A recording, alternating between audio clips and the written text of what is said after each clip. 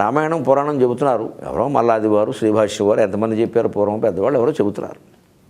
చాలామంది కూర్చొని వింటున్నారు. సాయంత్రం సాధారణంగా ఈ పురాణాలు 3 గంటలకు మొదలుపెట్టేవారు. మొదలుపెట్టి 5-5:30కి ఆపేసేవారు. ఎందుకంటే మరి సంధ్యావందనాలు చేసుకుందుకు వెళ్ళిపోవాలి, నీళ్లు తెచ్చుకోవాలి, ఆడాళ్ళు వంట వండుకోవాలి. ఇక మరి 6 వరకు 7 పైగా దీపాలు ఉండవు. ఆ రోజుల్లో విద్యుత్తు లేదు. ఈ విద్వత్తే చెప్పేవాడు, విద్వత్తే దీపం, విద్యుత్ దీపాలు లేవు, విద్వత్ దీపాలు తప్ప. అందుకని ఏదో ఆముదం దీపం కష్టం ఇవన్నీ, మైకులు లేవు.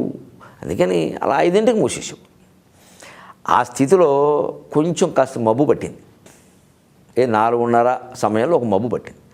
ఈ కూర్చుని వింటున్న వాళ్ళు కొంతమంది, చాలామంది మనకు పురాణాలు వినేవాళ్ళు పూర్వమే కాదు ఇప్పుడు కూడా పురాణం దగ్గరికి వచ్చేసరికి ఎలా ఉంటారంటే, వింటే పుణ్యం అమ్మ, కాసిన 4 మంచి మాటలు అమ్మ వింటే అని కొంతమంది వింటారు. కొంతమంది మంచి రక్తి కట్టేలా చెబుతున్నారు, బాగా చెబుతున్నారు, కాస్త మనస్సు ఎక్కడికో వెళ్ళిపోతుంది అన్నట్టుగా వింటారు. ఈ రెండూ కూడా తప్పే. పూర్తిగా దోషమని కాదు, కానీ సరైన విధానాలు కావు. వింటే పుణ్యం ఏంటంటే విన్నదాన్ని అన్వయం చేసుకోవాలి, ఆచరణలో పెట్టాలి, అప్పుడు మనం బాగుపడతాం. అది మానేసి వింటే పుణ్యం అంటే కార్తీక పురాణం ప్రతి కార్తీక మాసంలోనే వింటారు. మనుషులు ఏం మారరు, అవే పాపాలు చేస్తూనే ఉంటారు. పైగా దీనివల్ల ఏం పొందుతున్నారంటే ఎన్ని పాపాలు చేసినా దీపం పెడితే చాలటైనా ఒక అజ్ఞానంలో ఉన్నారు. అలా ఎక్కడా లేదు. అభుక్తం క్షయతే కర్మ కల్పకోటి శతైరపి. చేసిన పాపకర్మ ఏది కూడా 1,000,000 కల్పాలైనా 1,000,000 జన్మలైనా అనుభవిస్తేనే పోతుంది. దీపాలు పెడితే పాపాలు పోవు.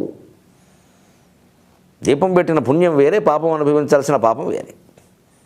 ఇలాంటి స్థితిలో ఒక ముసలావిడ పురాణం బాగా ఆసక్తిగా జరుగుతుంటే రక్తి కట్టడం కూడా బాగానే ఉంటుంది. కానీ ఆ రక్తి ద్వారా ఆగి మరో లోకంలోకి తీసుకెళ్ళడానికి మత్తుబిళ్ళ చాలు, ఉపన్యాసం అక్కల్లా.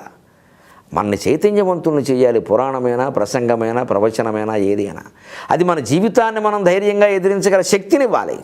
భగవద్భక్తి ధైర్యాన్ని పెంచాలి. పిచ్చి నమ్మకాలను, భయాన్ని పెంచితే ఎలాగా? ఆ చైతన్యం మనం పొందాలి. కానీ మరో లోకంలోకి వెళ్ళడం కోసం ఉపన్యాసం వినడం ఏంటండి?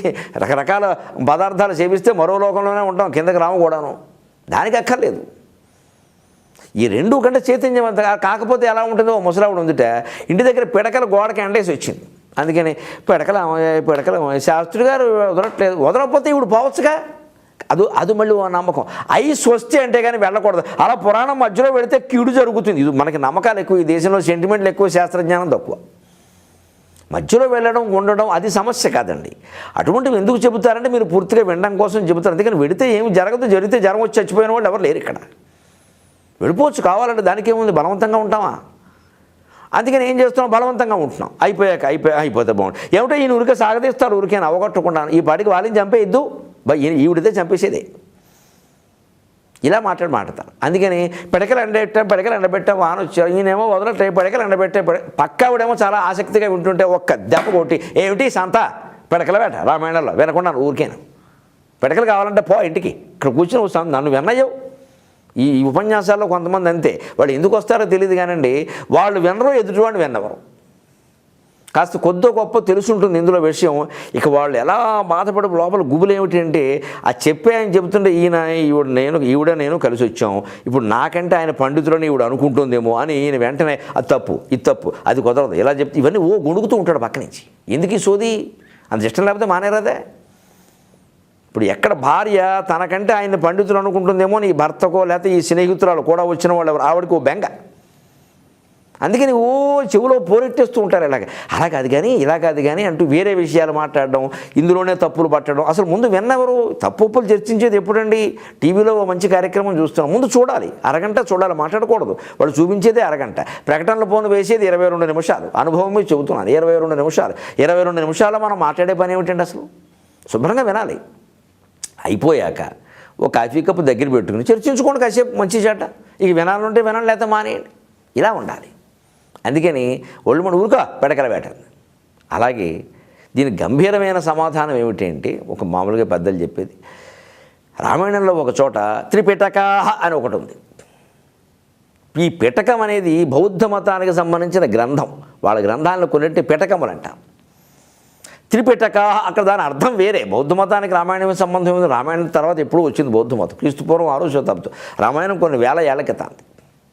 కానీ ఆ త్రిపిటకాహ ఉండడం వల్ల కొంతమంది ఈ పరిశోధనలు కొంచెం పీకానాం లాగానాం వాళ్ళు కొంతమంది ఉంటారు.